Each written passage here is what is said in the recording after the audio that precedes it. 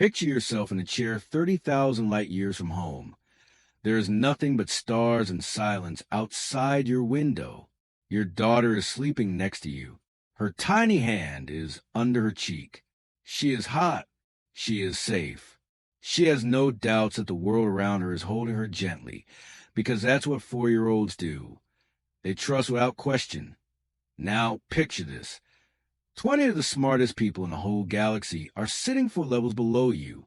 They just looked at their screens, looked at each other, and quietly accepted that everyone on this ship is going to die. Not because they quit, not because they didn't care anymore, but their machines told them the truth, which was 0%. No chance of survival. Not a chance. The math was finished. The math was done. Every system, protocol, and tool they had ever used said the same thing in the same cold, certain voice. This ship is done. Now think about what it would be like if you weren't an engineer. You are not a scientist. You don't have a degree, a certificate, or any training in how this ship works. You work in maintenance. A dad, a normal guy with tired eyes and rough hands and a little silver rattle that belongs to your sleeping daughter. And something inside the walls is talking to you. This story isn't about technology. There are spaceships, the Galactic Union, and resonance physics in the story, but it's not about any of those things. This story is about what happens when every system, machine, protocol, and calculation that humans have made reaches the end of what it can do, and a father won't accept that answer. This is the story of the Meridian. This is a tale of Marcus Webb. When it's over, you'll never think about human instinct the same way again. The Meridian was more than just a ship. It was a message 11 years before the events of this story. The Galactic Union didn't just hold a press event to show it off. They had a ceremony. 14 colony world leaders came in person. The Union's chief science director gave a 40-minute speech about what the Meridian meant for more than just transportation and trade. He said it was also about the idea of human progress. The thought that people could make something perfect by using their brains, working hard, and constantly learning new things. That was a Meridian.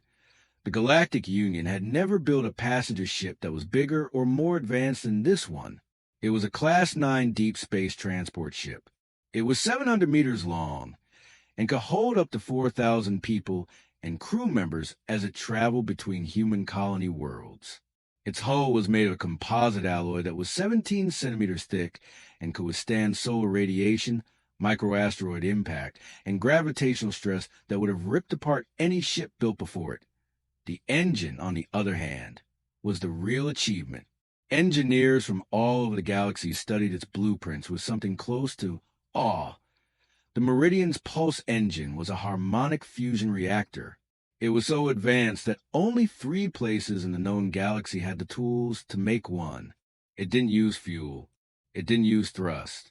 It made energy by using resonance, which is a perfectly tuned vibrational frequency that acted like a heartbeat of compression and release that powered everything on the ship at once. All of it, from life support propulsion to simulating gravity to controlling temperature to communications, came from one place. One beat.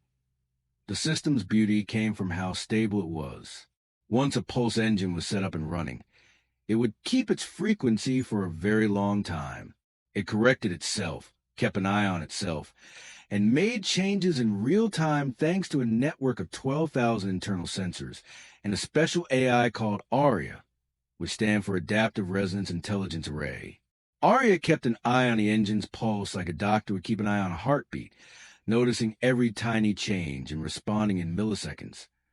The Meridian's engine had never had a major problem in 11 years of USE. In 11 years, the Meridian had crossed the Vega Corridor 42 times, gone through 3 solar flares, 2 asteroid deflection sequences, and 1 full navigational blackout. Near the Crestfall Nebula, it always came through. The engine held up every time at SO.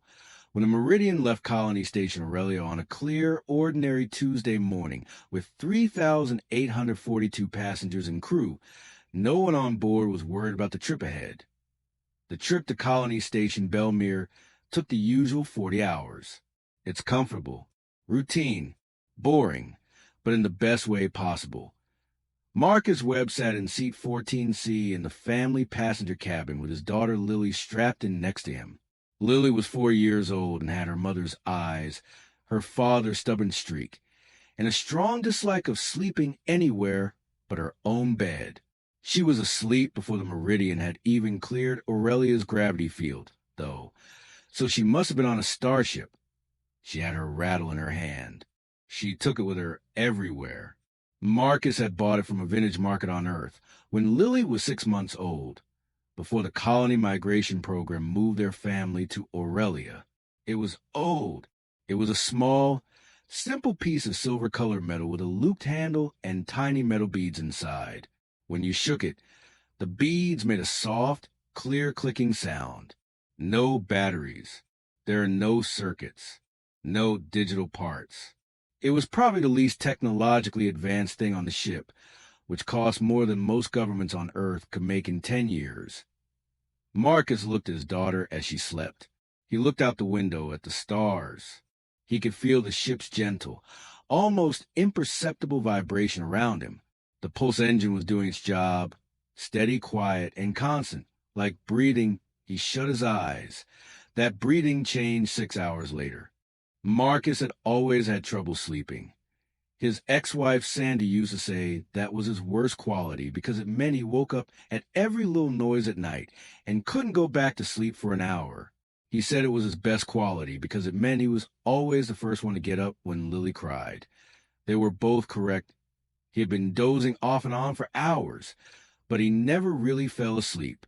Then something woke him up completely. Not a warning, not a voice, not a quick move.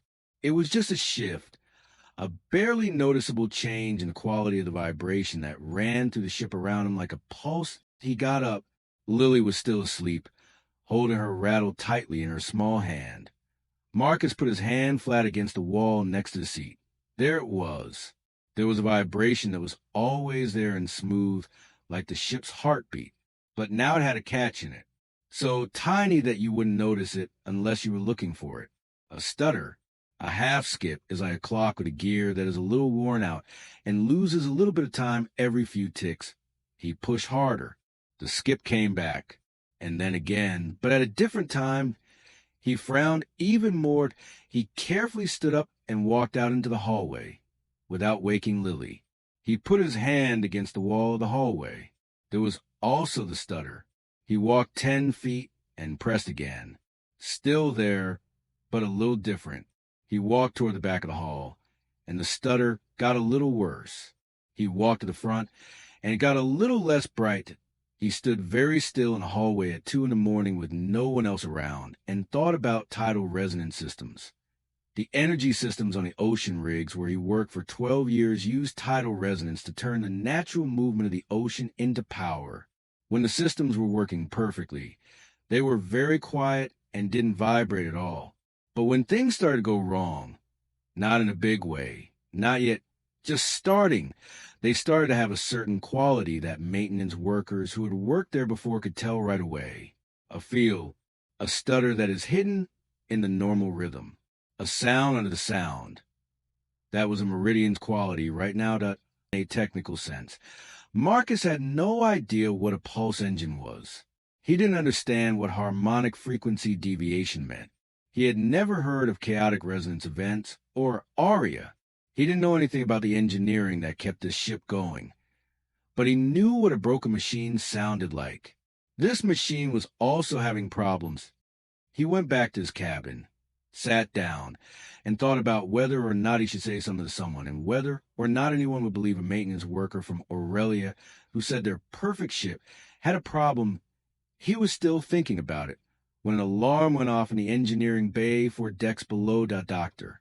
Priya Okafor, the chief engineer, had been awake for 19 hours when the deviation alarm went off. She didn't mean to stay up for 19 hours. She had finished her shift at 12 o'clock and gone to her room, where she lay in bed for 45 minutes before giving up and going back to the engineering bay. She couldn't fully relax when she was in charge of a ship the size of the Meridian. The alarm went off while she was going over efficiency reports and doing voluntary system checks. Before the sound had finished its first cycle, she was already at her main station. The readout that greeted her made her sit down very slowly. The harmonic frequency of the pulse engine had changed. It was so small that 3 of the bay's 14 diagnostic monitors hadn't even picked it up yet. Priya trusted Arya more than anything else because Arya was never wrong about the engine. She did a manual checkup. The deviation was confirmed. She did again. Confirmed. She set off the general alert for the engineering team.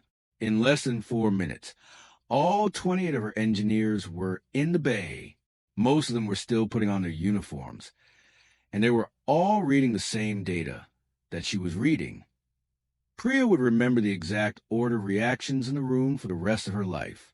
At first, there was confusion. This doesn't make sense. Then there was analysis. Let me take a closer look. Then there was a start of worry. Okay, this is real. Let's fix it. And as the minutes went by and the difference not only stayed the same but also got bigger and moved, these people felt something they had never felt before. There was nothing that could be done. The pulse engine's frequency wasn't just changing. It was moving in ways that weren't straight, weren't predictable, and weren't always the same. Arya was programmed to make corrections whenever there was a change, but the corrections weren't working. They weren't just not working. They were being absorbed by whatever was making the oscillation and turned into fuel for it. The engine pushed back harder every time Arya pushed. Stop Arya from correcting itself. Priya said, yes, they did. The oscillation didn't slow down. It kept going on its own, as if it had never needed Arya's help to get bigger in the first place. Adjusting the frequency by hand. Protocol 7. They did it. It was absorbed by the oscillation. Protocol 12. Full sequence. They did it. The oscillation changed in less than 90 seconds and kept going. Run everything. Priya said in a low voice.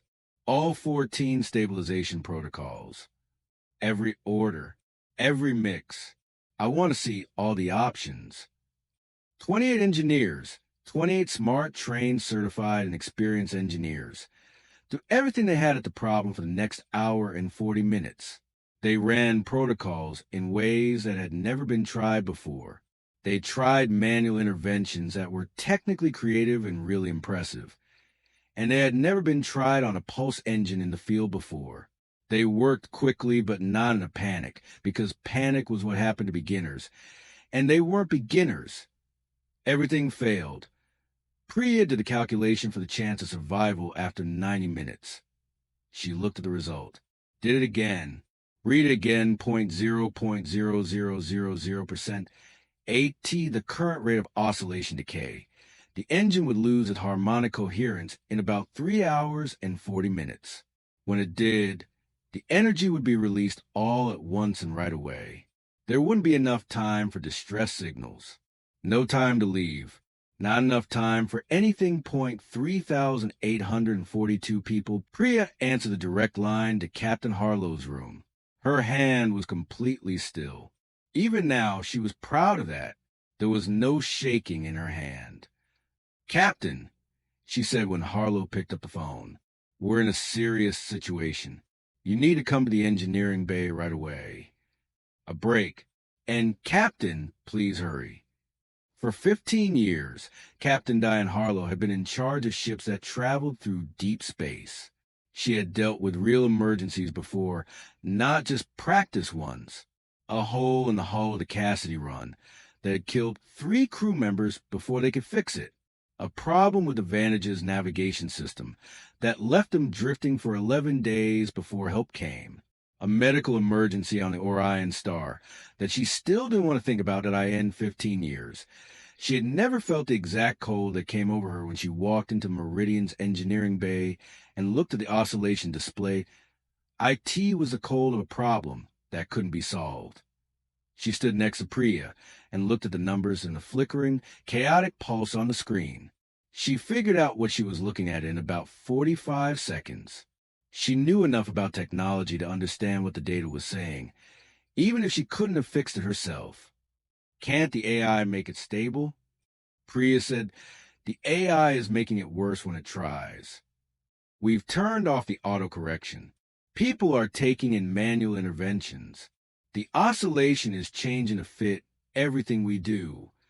Adapting, Harlo said again, this time slowly. It is making a pattern that doesn't match any known resonance behavior in our database. All of Aria's correction library is based on documented oscillation events. This event doesn't fit with any of them, which means that every correction Aria makes is a little bit wrong for the situation. The engine is using the energy from those corrections to make itself stronger. For a moment, Harlo was quiet. So the engine is using our efforts to fix his fuel. Yes, in simple terms. And the time frame, about 3 hours and 20 minutes before the loss of coherence. Choices. We have run every stabilization protocol in our system, all 14, in every order and combination that our modeling software could come up with. Priya looked Harlo in the eye. The calculation of the chance of survival gives 0. We have done it 11 times. Another silence. The kind of silence that isn't quiet but is full of the weight of the number. Keep going, Harlo said. Every mind that is available, try any direction you haven't already tried. I'll wait to make the passenger announcement until we're sure there's nothing left. Captain, Priya said softly, I want to keep going. I will keep trying until the very end. But I want you to know that I don't think we'll find an answer within our current framework. The thing that is making this happen is in a space that our framework doesn't cover. Harlo stared at her for a long time. Then look for a different framework. She left the engineering bay, walked back to her office, sat down at her desk, and stared at the wall for 2 minutes. Then she brought up the passenger list and checked the number. 3,842. She returned to the bridge and did her job because that was what she was trained to do. She did her checks. She kept an eye on her systems. She kept the ship on the right path. She also waited to see if 28 smart people could find a miracle in the next 3 hours. For almost 2 hours, Marcus had been walking around the halls. He had left Lily in the cabin, where she was safe and sound asleep with her rattle next to her on the seat. He had been moving through the ship's passenger levels, pressing his palms against walls, crouching down to press them against floors, and standing still in places where multiple corridors met and the vibrations from different parts of the ship came together. He was making a map of it, not with tools, not with any kind of planned technical method. He was mapping out the same way he had mapped out broken systems on ocean rigs, with his body and the knowledge he had gained from thousands of hours of working with machines and learning their language. The stutter was getting worse and worse. He could feel that clearly now. 2 hours ago, there had been a small hitch in the rhythm, but now it was becoming something more important and less regular. The ship's heartbeat was changing shape, not in a big way, not yet, but he could tell which way it was going, just like someone who has spent years in the water can tell which way a current is going. You don't figure out a current. You can feel it. The layer was what he couldn't understand and what kept stopping him as he walked to the halls. There was something else inside the irregularity, something that stays the same. It was buried deep, almost impossible to feel, but was there, a steady beat in the middle of the chaos, something real and steady under all the noise. He kept almost getting it and then losing it again, like a word you know but can't quite remember. He stopped at a crossroads close to the stairs that went down to the engineering levels. He put both hands on the wall. He shut his eyes. The vibration went up his arms and into his chest. There, underneath, a heartbeat, calm and steady, and very different from the noise around it. Like a real heartbeat hidden in a room full of noise, he thought about Lily. When she was 6 weeks old, she got sick with fever that came on quickly and scared both him and Sandra so much that they took her to the emergency room at 2 in the morning. The doctor used a stethoscope to listen to Lily's chest, and said her heart sounded strong. Marcus, who was half deliriously tired, had asked how he could tell with all the noise of Lily crying, the monitors beeping, and the clinic around them. The doctor had smiled and said, "You can hear what you're looking for through anything." Marcus woke up. He returned to the cabin. Lily was still in bed. Her rattle had fallen out of her hands and was now on the seat next to her. He took it up. He turned it over in his hand, gently shook it. Click, click. He put his other hand on the wall. There was a vibration in the ship. The rattle made a noise. For less than a second, which is almost nothing, the two sounds were in the same place. Not quite in line, but not quite. For a long time, Marcus didn't move at all. He then picked up his daughter's blanket, wrapped it carefully around her sleeping body, kissed her forehead, and walked to the door to the stairs. He went down. The doors of the engineering bay weren't locked. They were locked, but there were signs and a panel that needed a key card to get in. The active locking mechanism had to be turned on by someone at a security station, and everyone in the engineering bay was busy with something else. Marcus pushed on the door. It opened. He went inside. He stood there for a moment and took in a room that IT was bigger than he thought it would be. The ceiling was high, and the walls were covered with screens that showed information in amounts that made no sense to him. This wasn't because he was dumb. It was because the data was shown in ways and languages that were meant for people who had spent years learning how to read them. The engine core was in the middle of the room, behind a clear wall. It was a tall structure made of layers of metal and blue light that looked beautiful but was clearly not working right now. The pulse that Marcus had been feeling through the walls was now visible on a dozen screens and in the air. It was a vibration that he could feel in his chest, molars, and the backs of his hands. 28 people in gray uniforms turned to face him. The first person to speak was a woman standing closest to the central display. She was of medium height, had short, dark hair, and a face that was clearly smart but also very tired and stressed. Her uniform had different markings on it than the others. "Sir," she said, with the calm patience of someone who has been taught to stay calm in all situations, "this area is off limits. You need to go back to the passenger level right away." Marcus said, "I know what's wrong with it." That hit him in a way he didn't expect. The room didn't tell him to leave. A few people looked at each other. He would later learn that the woman's name was Priya. She looked at him with a carefully neutral look that made it seem like she was trying to keep it that way. "Sir," she said again, "I appreciate that you're worried, but I want you to know that we have 28 certified engineers working on this problem, and they have access to the best diagnostic tools in the galaxy. There's a pulse underneath it." Marcus said, "No matter what you think you've seen from the passenger level." The silence in the room changed in a way that it hadn't before. Priya said, Whatever's wrong with your engine, whether it's a problem, the chaos, or what your instruments are picking up, there's a real pulse underneath it, something that stays the same. The engine knows what to do. It's giving it a shot, but something is getting in the way, and it can't find its own rhythm." He raised a rattle. "I need to get to the core." No one moved for a while. A young engineer at a station near the back, whose name Marcus would later learn was Derek Cho, spoke up carefully. "Chief Okafor." He talked about a sub-oscillation that was happening below the main deviation, but we haven't been measuring for sub-oscillation. We have only been paying attention to the main frequency. Priya turned to Derek. After that, she looked at Marcus, in his face, at the rattle, back to his face. She had always trusted data and been wary of intuition in her work life, because intuition was how people who weren't trained made confident mistakes. She had seen it happen. After it was over, she cleaned up. People died in space because they relied on their gut feelings instead of facts. But data had told her 0% 19 times in the last 2 hours. "Derek," she said in a low voice, "put a sub-oscillation layer on the display for analysis. Let's see what we find." A pause, and take down the inner wall. "Chief, We can't let civilian. Open it, she said. And get me a full harmonic scan across all frequencies, not just the primary band. I want to see everything.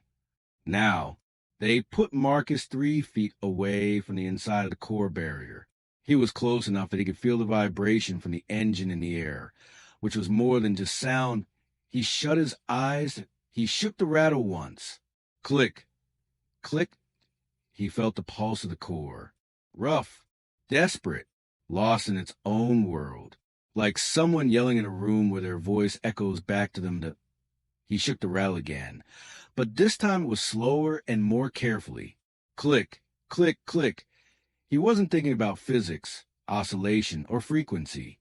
He was thinking about rhythm, which is how he learned it from machines, not music or theory.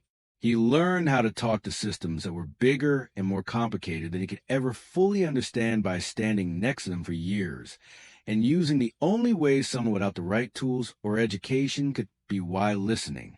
By matching, by going to a machine where it was, and then slowly taking it somewhere else. 3 in the morning, he thought about Lily, the way she used to cry in a certain jagged, inconsolable way when she was too tired. This specific exhausted cry that had no logical answer because the thing she needed, sleep, was what was making her feel bad. He had learned over months of sleepless nights and failed attempts that you couldn't force a solution on that cry. You couldn't rock her to your beat or calm her down with your schedule. You had to figure out her rhythm first. You had to do what she was doing and then slowly, gently pull in a new direction. The engine was doing the same thing that Lily did at 3 in the morning, that IT was crying because of all the chaos inside it, and no one had tried to find its real rhythm and match it. Marcus shook the rattle. Click, click, click. He felt the pulse of the core, lost and jagged. But underneath there, a small pulse, faint, the engine's real heartbeat.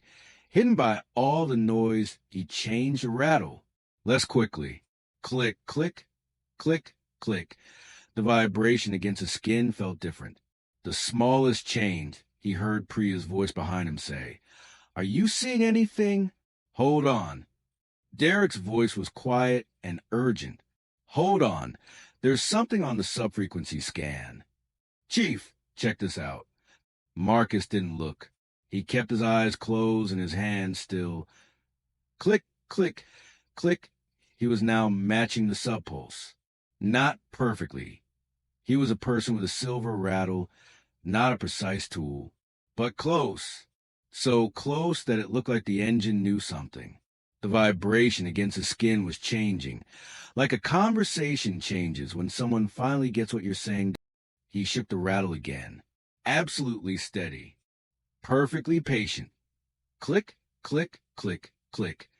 Then, like someone had been holding their breath for too long and finally let out, the core pulse cleanly got a single, strong, clear pulse. For a second, perfect resonance cut through all the noise like a bell ringing in a quiet room. Priya's noise wasn't a word. She couldn't help it. It was a short, sharp sound of pure shock. Then she was moving, and her voice was sharp, clear, and alive in a way it hadn't been for hours. "Lock it. Derek, lock that subfrequency. Now, run the protocol for stabilization. 3 against the subband, not the main one. Do you hear me? Running. Chief, it's engaging. Everyone on deck. All hands on deck. We have a window." The engineering bay came to life. Marcus kept shaking the toy. His arm hurt. He had a sore back from standing still. He was sweating down the side of his face, but he didn't wipe it off because he didn't want to break the rhythm. Even for a second, he was breathing slowly and on purpose, matching his breath to the clicks and keeping everything as steady as he had ever been in his life. The engineering bay was the loudest and most active it had been since the crisis started. Behind him, he could hear keyboards, voices, and the sound of systems starting and stopping. He could hear Priya moving around the room and giving orders in a calm, sharp voice that showed she was in charge. He could hear Derek calling out numbers, percentages, readings, something about deviation rates. And the numbers sounded like they were moving. He kept shaking the rattle. Click, Click, click, click, click. The vibration on his skin kept changing, kept making it smooth. Not all at once, and not in a big way, but little by little, like the tide coming in. Every cycle is a little less busy than the one before it. Every pulse was a little more clear. The chaos that had been screaming through the core when he first stepped up to the barrier was starting to take shape and find edges, like a blurry picture that slowly comes into focus. Primary oscillation deviation at minus 30%. Derek yelled. There was a noise in the room. There weren't a lot of people there, but there were engineers, not a crowd. A breath, a change. Minus 45. Derek said 2 minutes later, Boss, the subband lock is still in place. The stabilizers are looking for places to hold on. Priya said, Keep going. Don't stop. Keep going. Marcus kept going. Click, click, click.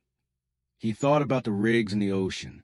He thought about the morning when one of the big tidal resonance units on Rig 14 had begun to fail, but not in a big way. It was a slow decline that the automated systems hadn't noticed because they weren't made to pick up on it.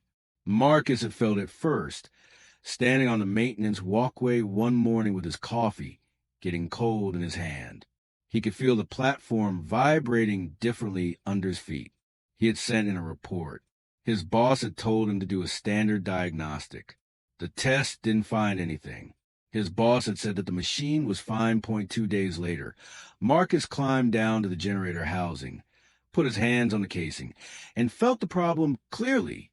The resonance plates were out of alignment, which was subtle but getting worse. The machine was talking to anyone who would touch it and listen.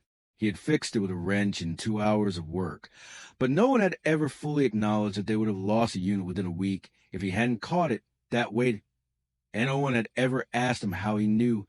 He never tried to make it clear. Some things can't be put into words. It lived in hands. Click, click, click, Derek said, minus 68%. Now his voice sounded different. Be careful. Like someone who is carrying something breakable. The core pulses, it's starting to get back to normal. I can see the main frequency try and get back to normal. Help it, Priya said right away. Protocol 1.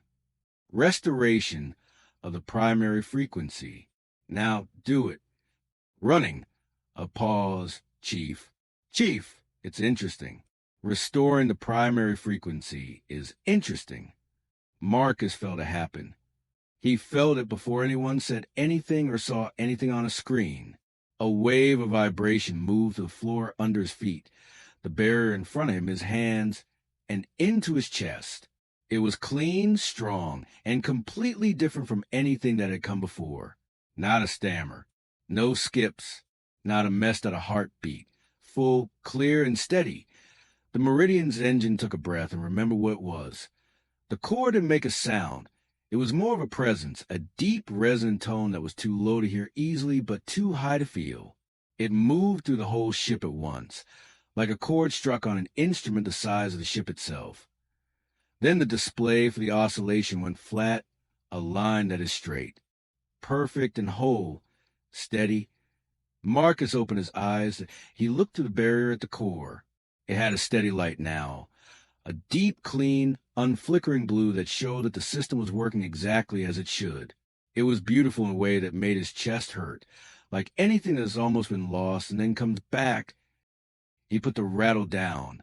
His arm fell to his side, and he realized how badly it was shaking and how much his whole body was shaking.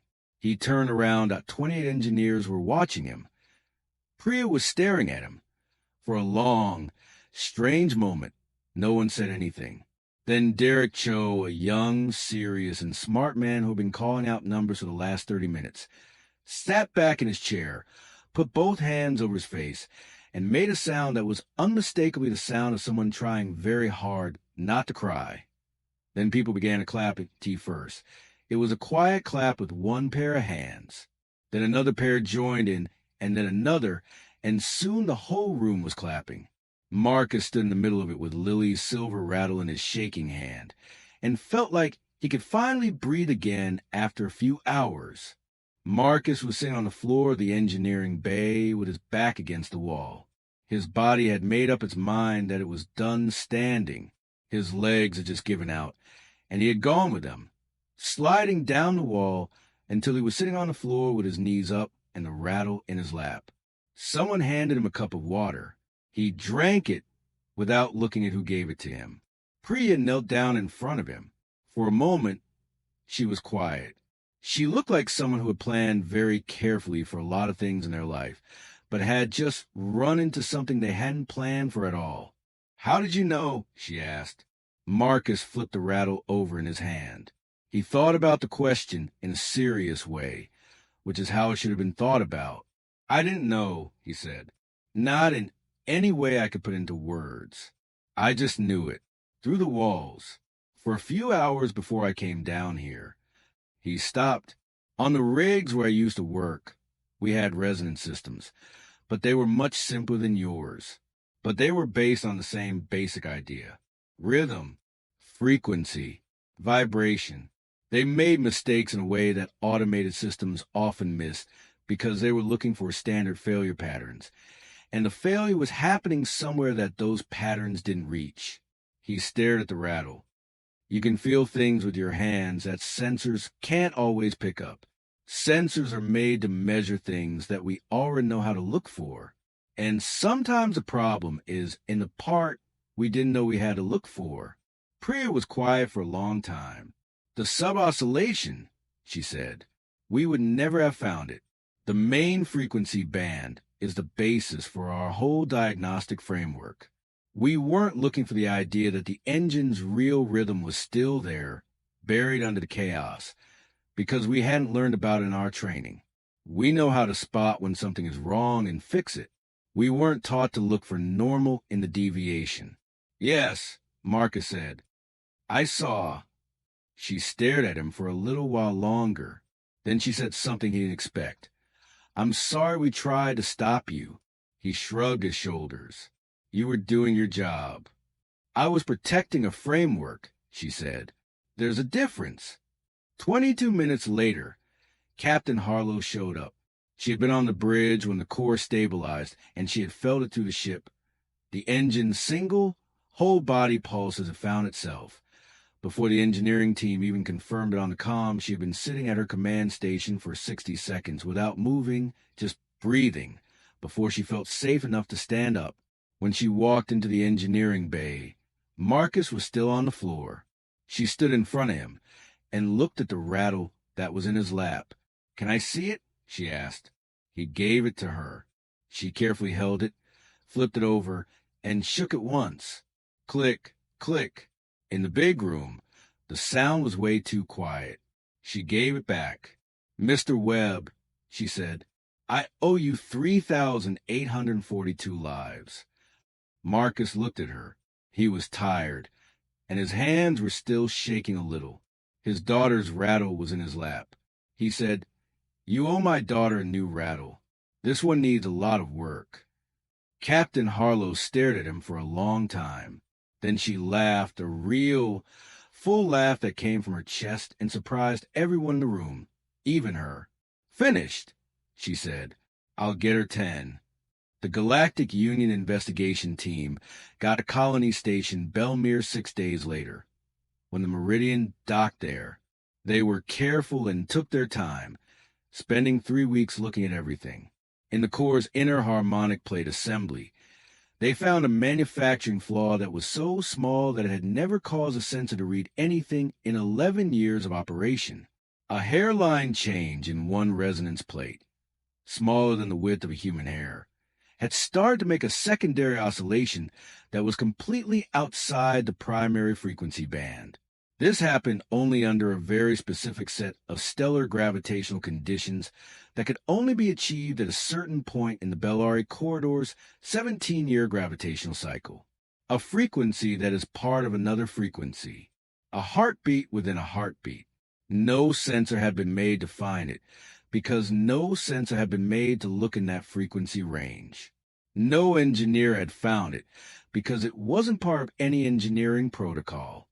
Arya hadn't flagged it in 11 years because it was made to keep an eye on things that were known to be important. Marcus had felt it through walls, floors, and his own hands because he wasn't a censor. He was a human being, and people, when they pay close attention to something for a long time, develop sensitivities that no machine has ever been able to copy. This is not because people are better at measuring things than machines, but because people can measure more than what they were programmed to measure. The Union's investigation caused them to completely change the way they diagnose problems with their pulse engine. They added sub-oscillation scanning to all frequency ranges. They changed the setting for Arya's monitoring. They changed the rules for inspecting factories. They also added a new type of certification for senior engineers. The course was officially called Intuitive Resonance Analysis. It taught the theory behind how people can sense mechanical problems and how to use that knowledge in emergency engineering situations. Every engineer who went through it unofficially called it something else. The Webb method was what they called it. 3 years later, a Union representative came to Marcus's apartment on Colony World, Belmere, with a plaque, a formal letter of commendation, and a very long explanation. Marcus looked at the plaque. Read the note. He looked at the representative and asked, "They named a course after me?" "Yes, sir. All senior engineering certifications now require it." He turned the plaque over in his hands. It looked heavy and official.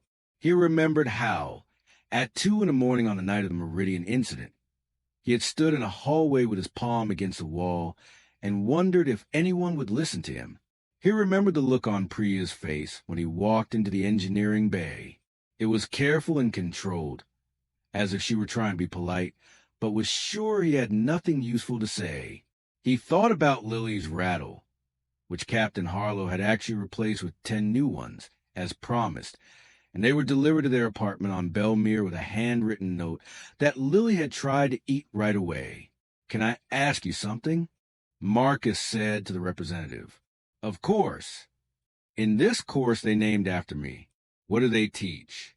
The representative thought about it long and hard. "They teach engineers to think that there might be a problem in a place that their tools aren't measuring right now. They teach them to think about ways to find things that don't involve instruments. They teach them that not having a reading doesn't mean there isn't a problem, a break, and they teach them how to listen." Marcus slowly nodded. He went inside and showed Lily the plaque. She was 7 years old and not at all impressed because she was busy building something important out of blocks. He put the plaque on the table in the kitchen and stood there for a while, looking at it. He then picked up her 4th rattle, which was a little newer but still silver, simple, and made of metal and beads. He shook it once. Click-a-click. He gave a smile, put the plaque on the wall. "I went to help Lily with her blocks. This is what the story is really about. It's not about space. This has nothing to do with starships, pulse engines, the Galactic Union, or chaotic resonance events. That is the stage. The stage isn't the main point of the story. The story is about a system that knew everything it had been taught and nothing else. The engineers at Meridian used tools that were based on written knowledge, on patterns that had been seen, written down, and put into groups, on physics that had been shown to be true, and failures that had been looked at. That knowledge was real, useful, and had worked well for many years in many different situations. But knowledge has limits. There's a limit to every framework. Every way to measure can only measure what it was made to measure. And the universe doesn't care about the limits of your framework. The Meridian's core's oscillation wasn't anything out of the ordinary. It wasn't a mystery. It was not too hard for people to understand. It was just sitting in a place that no instrument had been made to get to, not because the space was hard to get to, but because no one had thought to look there yet, because it was a new problem, because it was the first time the universe had done something. And the first time is always, by definition, outside of everything you have mapped. Marcus Webb got into that space not because he was smarter or better than 28 certified engineers. He reached into it because there was nothing to stop him. He didn't have a set of rules that told him which frequencies were worth keeping an eye on. He didn't get any training that told him where the important information was. He just had hands that knew how to listen, and a lifetime of paying attention to things that were bigger than him. And that was all it took. This story leaves you with a big question.